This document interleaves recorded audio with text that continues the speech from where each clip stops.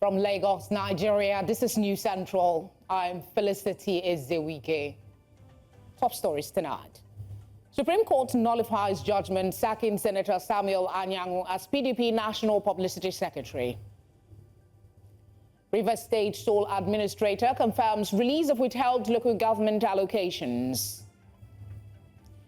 Namibia swears in Netumbo Nandi-Ndaitwah as first female president in a ceremony coinciding with country's 35th independence anniversary. In business, Nigeria Customs intercepts $578,000 at Lagos Airport, allegedly declared from inbound passenger from South Africa.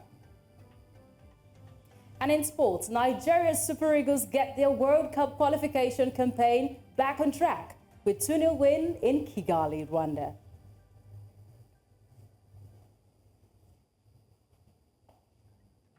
All of these and much more in a moment.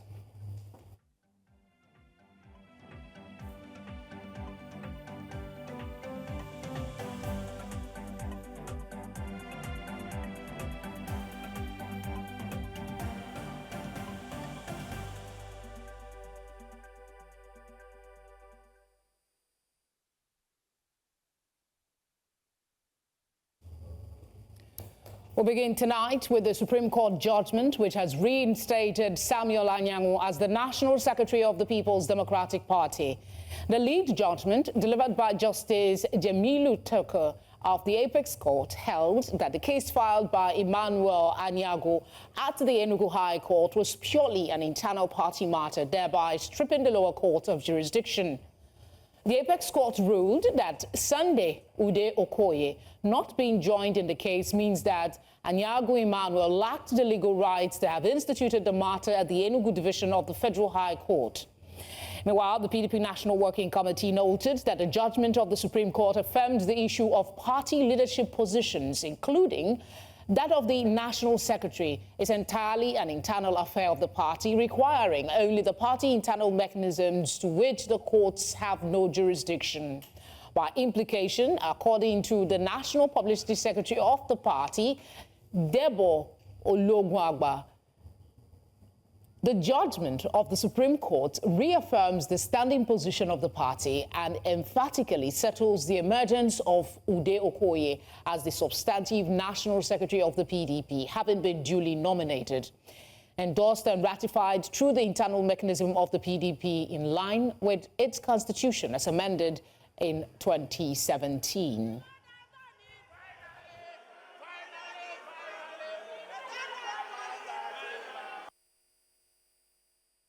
For the record, the Supreme Court held that the matter filed by Emmanuel Anyanwu at the Enugu High Court relates to the leadership position of the PDP, that is National Secretary of PDP.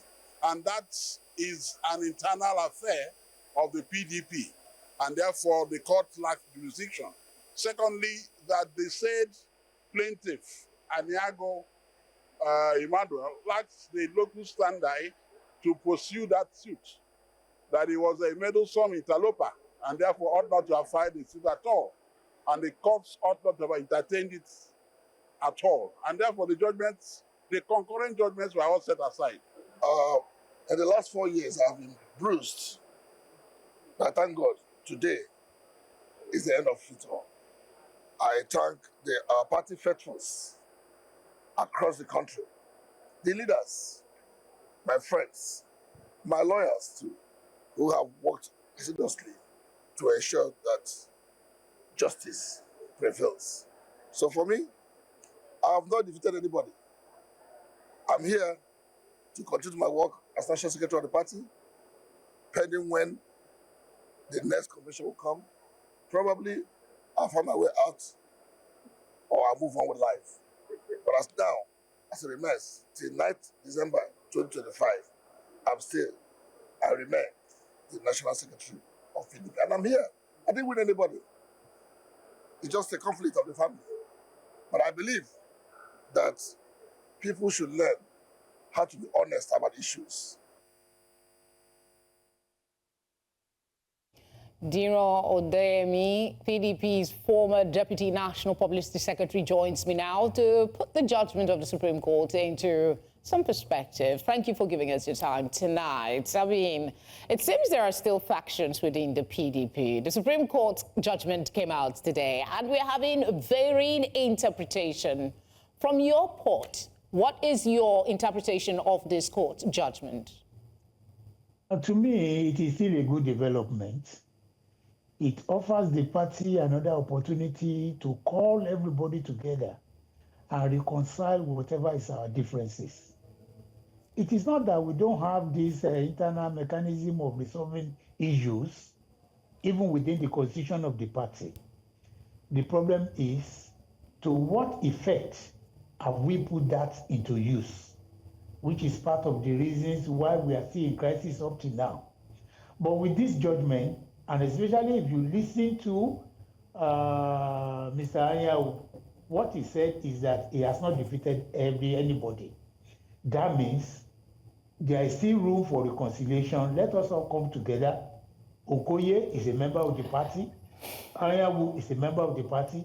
Let's set aside whatever is the personal differences and reconcile. Aren't you just being quite polite when you say that the person who Sunday is saying he's not fighting anyone? He took this matter all the way to the Supreme Court. If it is an internal matter that could have been, discussed and rectified, I wouldn't be here today, would we? And as it stands, we have the Debo Publicity Secretary, saying that it is an affirmation that Ude is the National Publicity Secretary because the court has said, go back to your constitution, and that Sunday flouted that after he resigned to go contest for governorship election. You see, there are a lot of laxities in the party's constitution. And I personally have advised and have called for a review of that constitution. The constitution we have been using since 2017, politicians, get wiser on a daily basis. I think there is need for us for the constitution to be reviewed. Look at it this way. I read the constitution as a former Deputy National Public Secretary. I have an idea of what the constitution says. The constitution did not say that if you go and contest for a position, you will automatically lose your position, your party position. It doesn't say that. Rather, what it says is, if you are appointed or you become somebody, or maybe you win an election, you automatically lose that position. That lacuna, that it was not expressly stated that you will lose your position once you leave that seat to go and contest. You don't need any lawyer to interpret that to you. So I knew within my mind that Anyanwu played on that laxity within that constitution to go and contest and have that ability to even come back as the secretary. So it is purely a constitutional issue, which if the party had reviewed that constitution, we wouldn't be in this situation.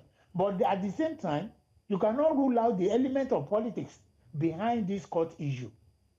Element of politics in the sense that there are some people who pushed that man to go to the court against Anyanwu, pretending as if it is not the party. But let's put behind us whatever has happened. We have come out of the Supreme Court now. Let us see how we are going to move forward with this. I'm going to sound a bit more, a lot more skeptical when I say that, the judgment came today, and we had the Debo National Publicity Secretary speak on behalf of the party, saying that Ude is, Okoye, I believe, is the secretary that the Supreme Court affirmed that. So is he speaking for the party? Or, which faction are we actually listening to at this moment? Which do you belong to? I want to believe, and I know that Debo Ologunagba, who happens to be the present National Publicity Secretary of the party, is a lawyer. He knows once the Supreme Court pronounced a judgment, the judgment is binding on the party. So I don't understand the interpretation but what being the given Supreme to Court did, sir, what the Supreme Court did was to nullify the decisions of the lower court, but it denied Anyanwu's request to declare him as the national publicity secretary of the party. The courts clearly did not take that position. What the courts did today was to say, go back to your constitution. So this is a little hazy now, because your constitution, it seems that if you resign from, I mean, even from a moral standpoint, when people are sitting by and watching from the sideline, somebody resigns to go contest for a governorship position and then comes back because he lost, and comes back. I mean, if you were in that scenario as somebody looking on, what would you be thinking at this stage? Would, for the interest of the party, would they come back and, you know, respect the choice if the party decides that Samuel remains the secretary?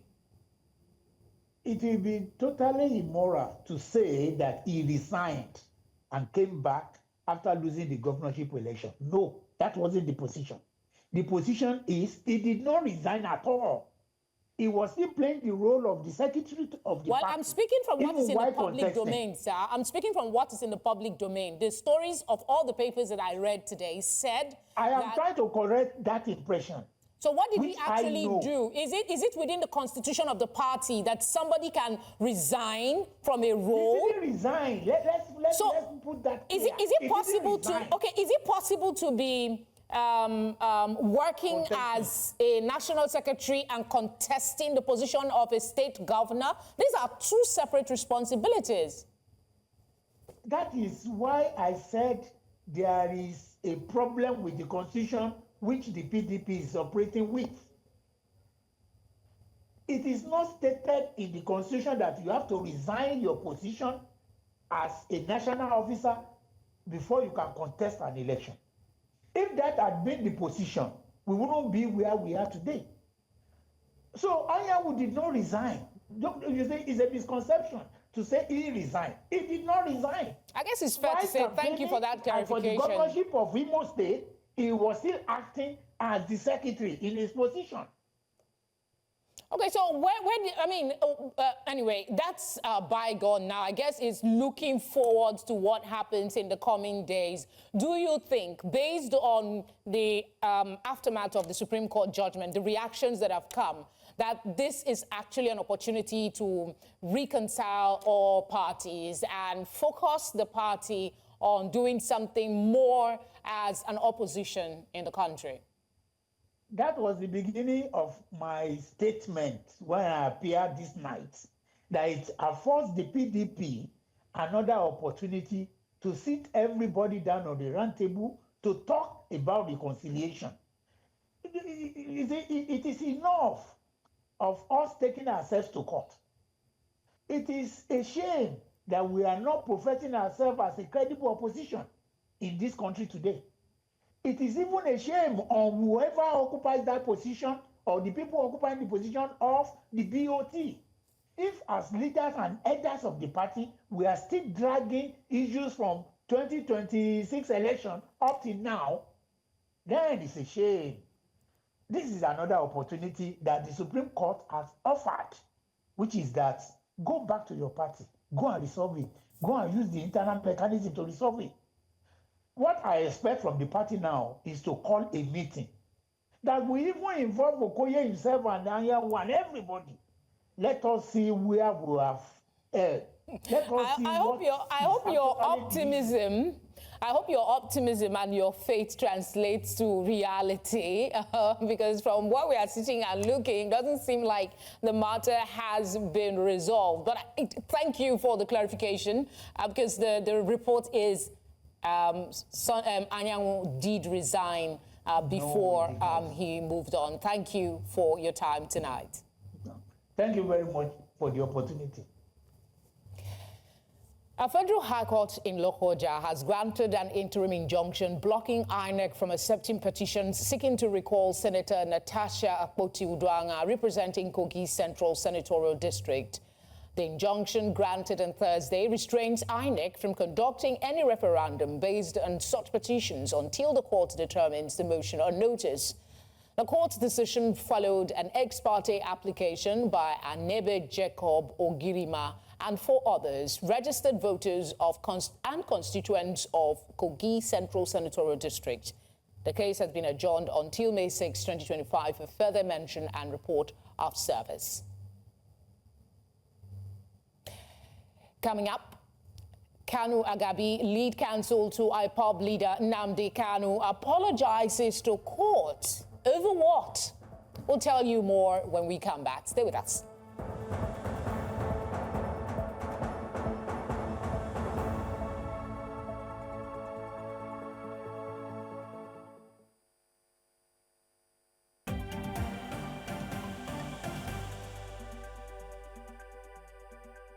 You're watching tonight on News Central. A reminder of our top stories.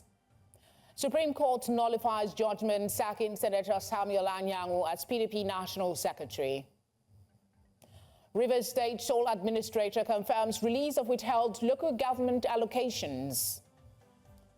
Namibia swears in Netumbo Nandi-Ndaitwah as first female president in a ceremony coinciding with country's 35th independence anniversary. Thank you for staying with us. In a surprise move at the commencement of proceedings, Kanu Agabi, lead counsel to Nnamdi Kanu, leader of the indigenous people of Biafra, IPOB, extended a formal apology on behalf of his clients to the court's prosecutors and his own legal team. Agabi attributed Kanu's past outbursts to anger, describing his statements as unjustified. In a marked shift in tone, he urged a fresh approach based on reconciliation and justice. The apology marks a significant departure from Kanu's previous stance and may signal a new strategy in its legal defense. The case was subsequently adjourned to April the 29th, May the 2nd, and May 6th, pending further developments. Let's go on to Rivers State now. The acting governor of Cross River State, Peter Odi, has disassociated himself from the statement allegedly issued by the chairman of the South-South Governors Forum, opposing the decision of President Bola Tinubu to suspend the Rivers State Governor, Siminalayi Fubara. In a statement signed by his press secretary, Odi noted that he was neither consulted nor was his opinion sought before the issuance of the statement. He said, and I quote, "The position of the forum does not reflect the views of the government of Cross River State, which fully aligns with the decision of the president, taking in the best interest of national security, peace, and stability," end of quote. The sole administrator of Rivers State, Vice Admiral Ibokete Ibas, retired, has announced the release of withheld local government allocations. The former chief of naval staff made this known during a meeting with heads of local government administrators on Friday in Port Harcourt, the state capital. Ibas stated that necessary steps would be taken to promptly pay workers' salaries and also expressed concern over the delay in salary payments across local government areas, acknowledging the struggles of affected workers. Let me assure you that the withheld allocations have now been released, and I'm hereby issue a directive that all the necessary steps be taken to ensure that these salaries are paid without any further delay. However, as this is a new administration, transparency and accountability are our watchwords. To this end, I hereby direct further that all local government areas furnish my office with the wage bills by way of a brief through the office of the head of service. This will enable me to acquaint myself with the situation, as this is my debut dealing with such a matter. All such submissions should be supported with relevant documents to provide clarity and ensure accuracy.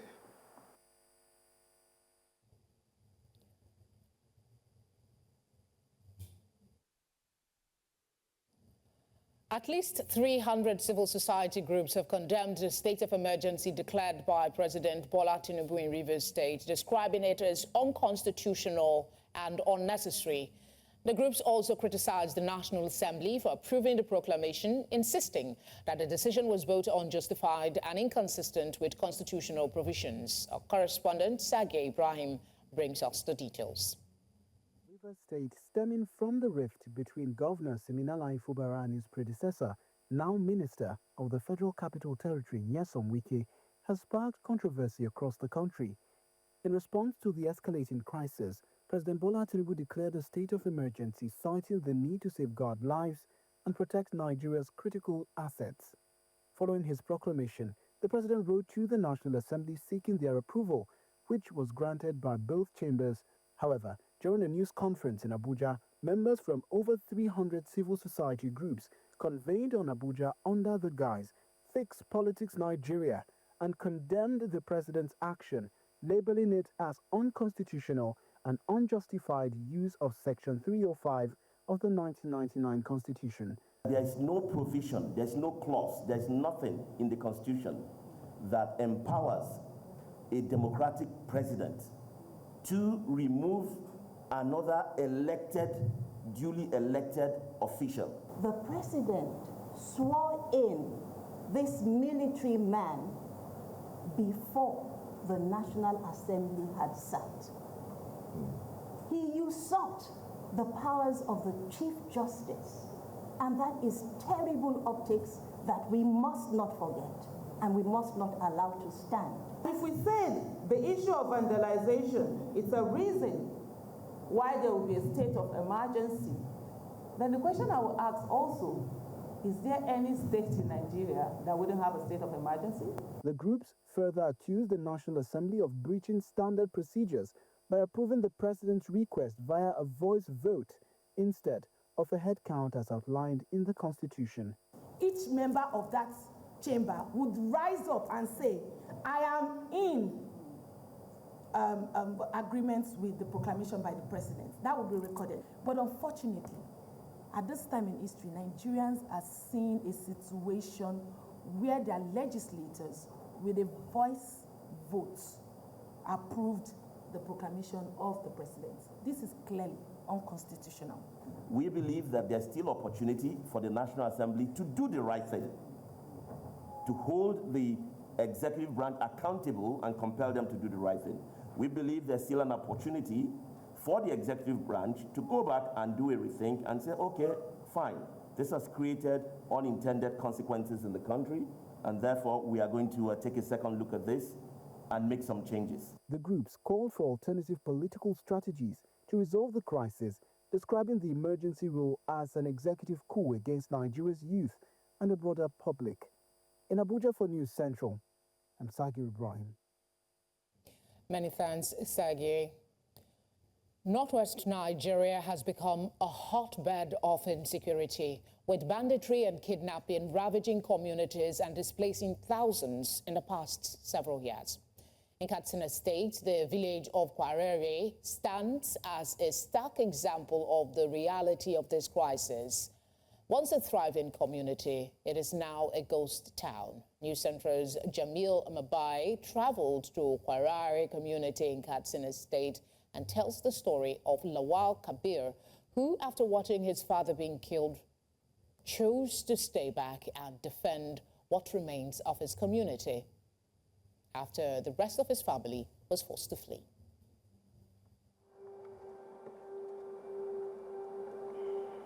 This is a ghost town in Jibia, a once thriving community with bustling commercial activities, now reduced to a shadow of its former self.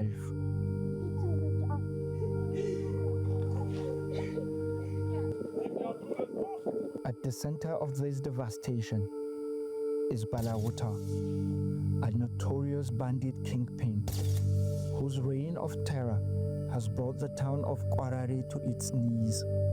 If you are not from Jibia, you won't be able to Jibia.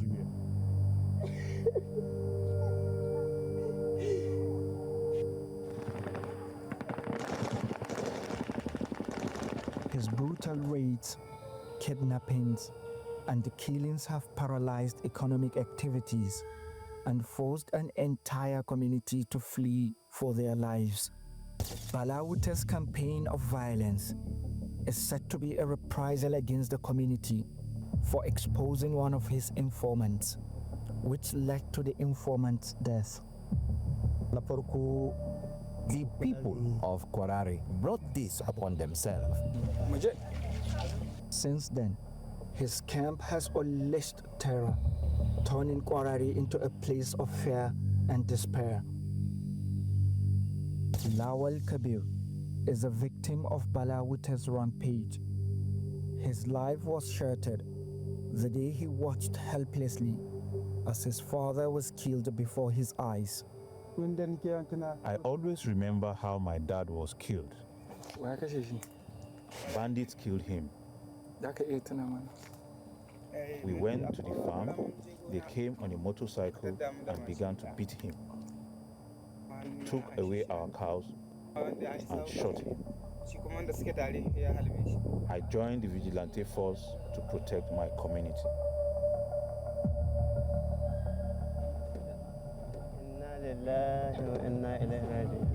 For several years, bandits have been kidnapping innocent Nigerians, demanding ransoms, which in turn are often used to buy arms and continue to fuel the banditry and the violent attacks.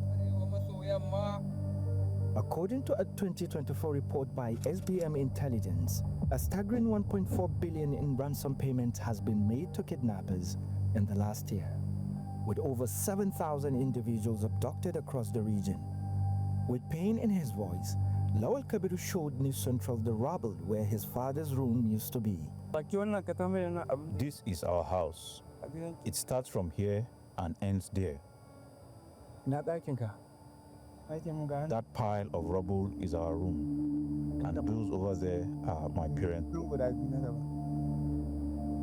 While his family and the community decided to leave for safety, Lawal Kabiru joined the vigilante force with one intention: to protect what was left of his hometown. Many bandits have established networks of gangs operating along the Rugu forest that connects Katsina, Zamfara, and Kaduna states. The once thriving community of Kwarare is just one of hundreds of communities across the region that bears the scars of the long-term violence. Today, the village is a ghost town. More than 5,000 people have fled, leaving behind their homes. Kwarare is in Jibia local government, a local government once known for its bustling international market, which has now become a hotspot for bandit activities, disrupting commercial activities. Recently, Jibia brokered a fragile peace agreement with the bandits, and bandits' kingpins were in attendance. We sat down with all the bandit leaders. We gave them our terms. They are to return all the kidnapped victims. Second, we will allow them to move freely only without rifles, and we will give them access to markets. They cannot attack communities and roads within Jibia, and they have agreed. Bandit kingpin Bala Wuta, who killed Lawal Kabiru's father, attended the peace meeting. News Central was told he has forgiven the community of Kwarare.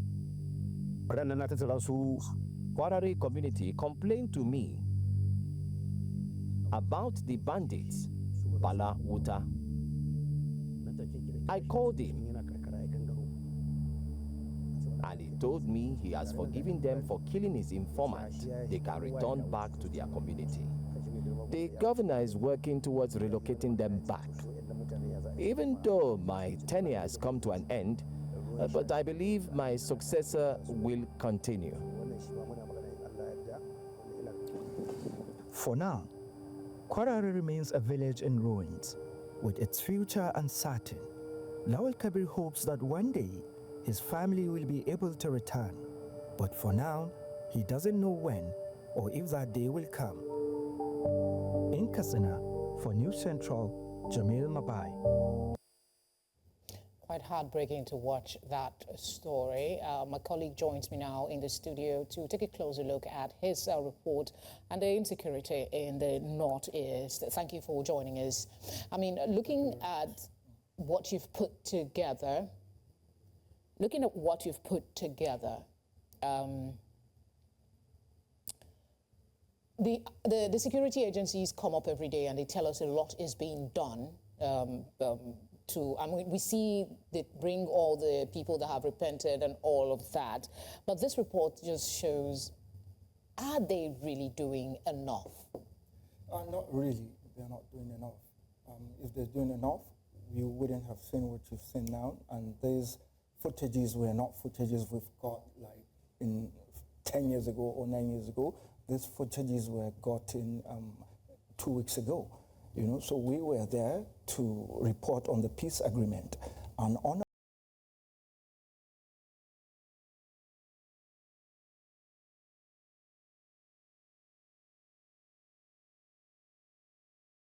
You know, and Kwarari is just one community out of 100 communities in that GBA local government that have been suffering from the incessant killings, displacements, and what have you. We have communities like Shimfida. We have other communities that are inside, deep in the forest. And this Kwarari community is positioned, strategically positioned between Katsina and Jibia that borders Niger. So within the route, it's not far from the main road. It's just a stone throw. So that was why we came along the young boy, 19-year-old boy, who his father was killed by a notorious bandit leader, Balauta, whom after that his entire community left the community. And he stayed back. When we asked him why he stayed back, he said he wanted to protect his community. So, but how do they survive? I mean, it looks like nothing is working. The markets are closed. It doesn't seem like agriculture is happening. How are they surviving? Is there some sort of sustenance coming from the government? Yeah, no, not from the government. I asked him that question in particular, and he told me that how they survive, they come, go to the forest, cut some trees, you know, and sell them as firewoods to travel as fast passing the main roads. So that's how they survive.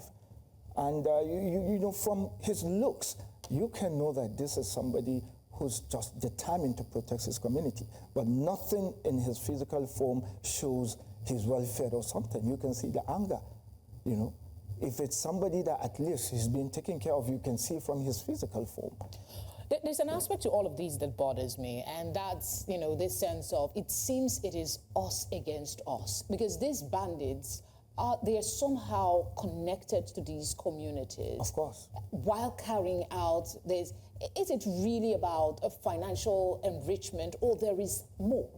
You know, that is something a lot of conspiracy are flying, but from the facts and data on the ground and from witnesses, that people that went to SAT for the peace agreement, even though it was fragile, it was done verbally, nothing was signed, but at least the people felt it's time we face these people and we sit down face to face and have a chat. Because the government ideally is supposed to do that. And the government says it's not going to do that. And the people are tired.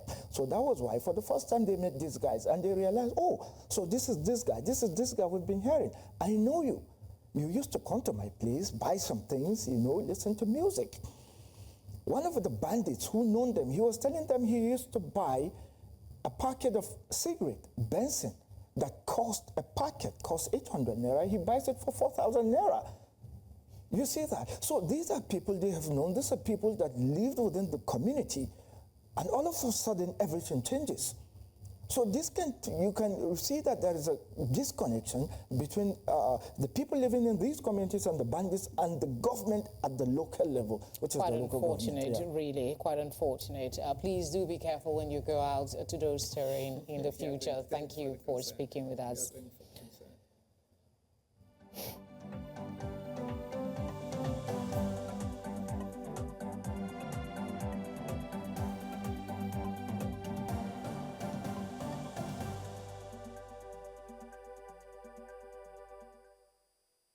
Better now to the foreign scene. Netumbo Nandi-Ndaitwah has been sworn in as Namibia's first woman president after winning elections last year that extended the governing party's 35-year stay in power. The 72-year-old Nandi-Ndaitwah won an election in November to become one of just a handful of female leaders in Africa. Sirleaf and Banda, now former leaders of their countries, and current Tanzanian President Hassan all attended her inauguration. Nandi-Ndaitwah's swearing-in coincided with the 35th anniversary of Namibia's independence, but the ceremony was switched from a soccer stadium where thousands were due to attend to the official presidential office because of heavy rain. In her inaugural speech, she acknowledged her historic election, but also said that Namibians elected her for her competence and merit. The Sudanese army on Friday seized full control of the presidential palace in downtown Khartoum from the paramilitary Rapid Support Forces after almost 2 years of fighting. Reclaiming the East African country's seat of power marks a major victory for the army, which has been making significant advances against the RSF in recent months. But it is still a long way from ending the war entirely, with large parts of the country still under the RSF's control. It is also unclear whether the battle for Khartoum is over.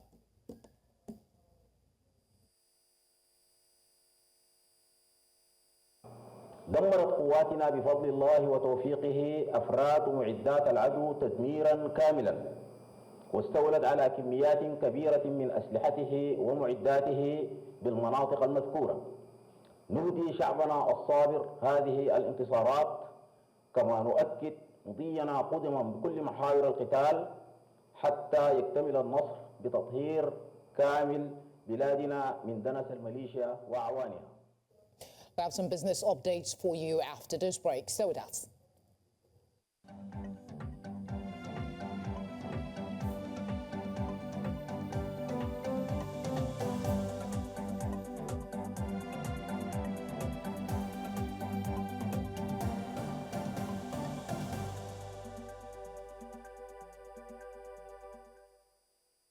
Joanna is here for business updates.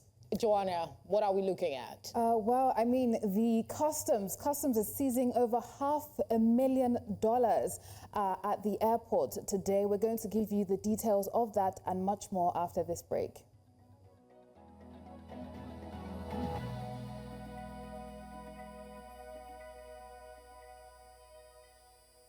Business news in association with Money Master PSB, the easy way to master your money. The Nigeria Customs Service at Murtala Mohammed International Airport has seized $578,000 from a passenger who falsely declared only $279,000 upon arrival from Johannesburg. During a routine inspection, custom officials discovered an additional $299,000 concealed in multiple packages, bringing the total sum to $578,000. Authorities also found 100 euros and a counterfeit $250 note among the undeclared cash. This violation of the Money Laundering Act of 2011 has led to the handover of these funds to the Economic and Financial Crimes Commission for further investigation. The suspect's international passports and other relevant documents had also been handed over to the FCC for necessary legal action. And Ethiopia has issued its first investment banking license to 2 local companies, the latest efforts by the government of Prime Minister Abiy Ahmed to open up the economy of more than 100 million people to private capital. This is according to a statement issued by the state-run regulator, Ethiopian Capital Market Authority. The ECA awarded the licenses to units of lenders CBE Capital and Wegagen Capital Investment Bank. CB is a state-run enterprise and Ethiopia's largest lender, while Wegagen was recently listed on the country's stock market. The statement added that the 2 licenses are pivotal to the creation of a more diversified and robust capital market in Ethiopia. And the market here in Nigeria, the local bourse, we're talking about the NGX, closed the week in the green, breaking its 5-day losing streak that started last week, Friday. It's the only day in the green for the week, the market this week. And though it's marginal, 0.10%, we're still up. A win is a win. All share index is at 104,962.96, and we have the market capitalization at 65.81 trillion naira. Coming to the sectoral performances, banking and oil and gas are taking the shine for the day. Banking, driven by UBA and Fidelity, is up. Insurance is down 0.49%. Oil and gas, Oanda was a top gainer today, so that's up 0.50%. Consumer goods is also up marginally, and industrial goods is flat. That's it on Business Tonight. I am Joanna Mustafa. Tonight continues with Felicity.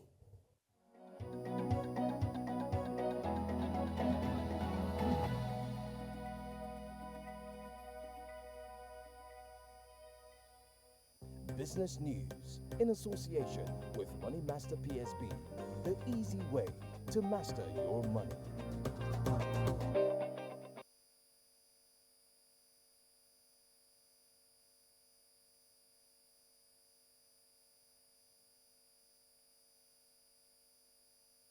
One, two, 3, 4, 5.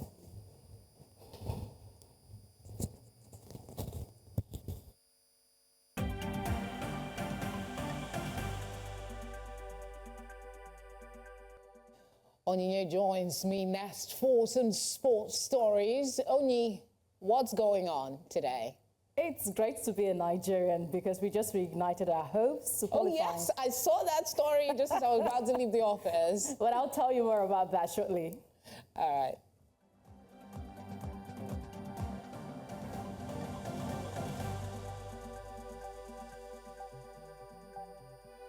Sports update brought to you by Corn Oil.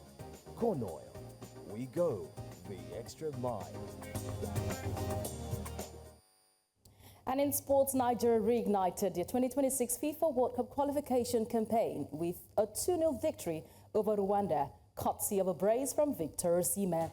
The win, the Super Eagles' first in the qualifying series, led the Super Eagles to 4th place in Group C. Osimhen opened the score in the 11th minute, tapping home an Ademola Lookman free kick at the back post. Rwandan goalkeeper Fiacre Ntwari made a crucial save to deny Moses Simon, while William Truce Ekong threatened twice from the corners. But in the first half stoppage time, Osimhen raised clear from the halfway line and calmly chipped in the keeper to double Nigeria's lead in order to bag his second of the game.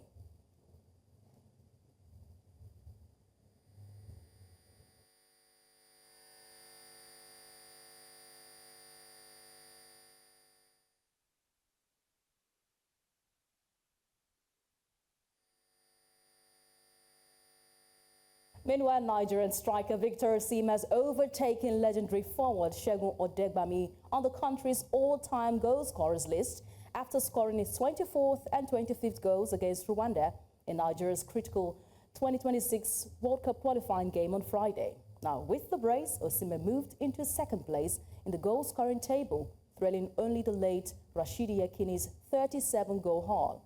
He tied Odegbami's record last November during Nigeria's 1-1 draw with Benin Republic in the 2025 African Cup of Nations qualifying encounter. He had scored 26 goals and provided 5 assists in 30 games across all competitions for Turkish Super League side Galatasaray this season. And now moving to athletics, South African sprinter Kani Simbine clinched his first individual global medal of his career when he finished 3rd in the 60-meter at the World Indoor Championship in Nanjing, China. Simbine was behind early on, but a powerful burst in the final 10 meters saw him cross the line at 6.54 seconds behind European champion Jeremiah Azu. Now, Jeremiah Azu came in at 6.49 seconds, and Australian Glenn Kennedy came in at 6.50 seconds.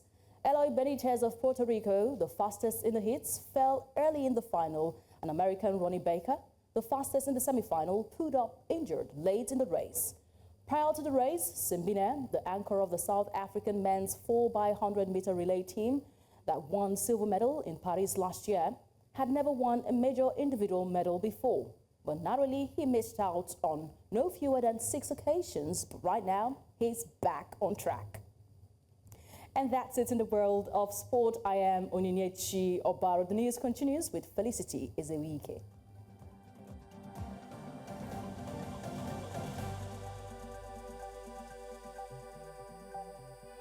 Sports update brought to you by Corn Oil. Corn Oil, we go the extra mile.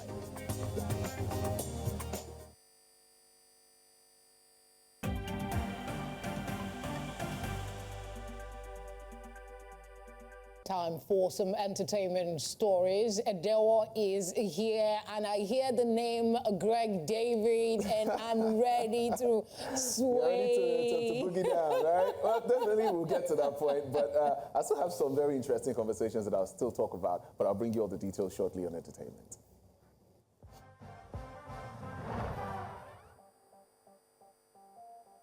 Entertainment news in association with Glow Unlimited.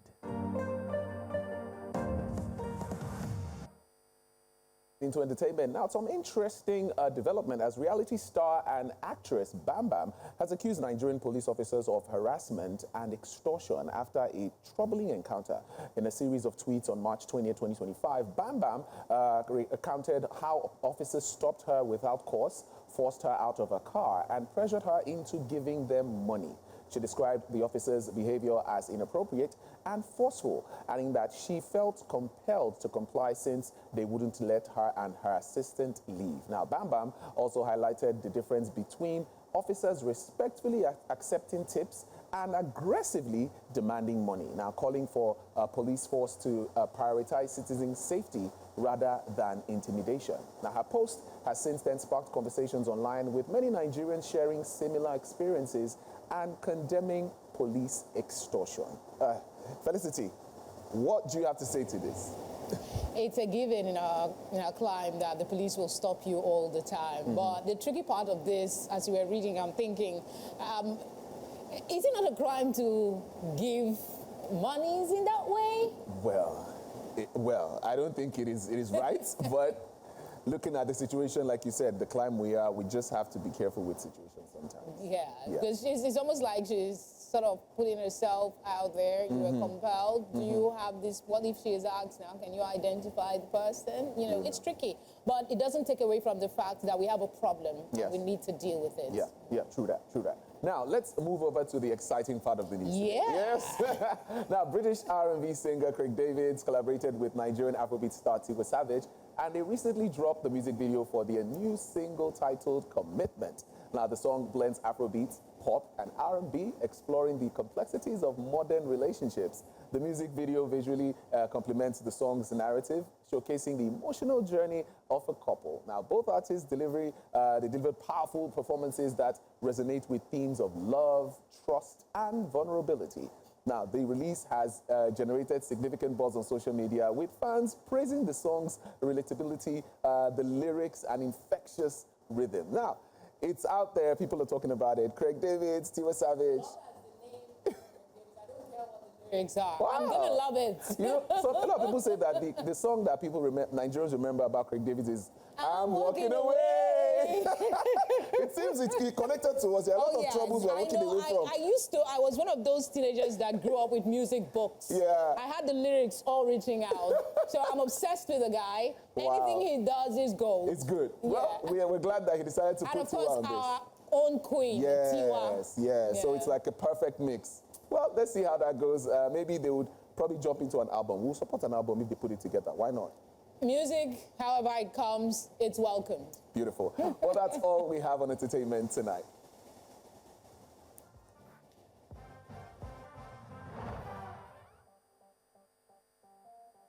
Entertainment news in association with Glow Unlimited.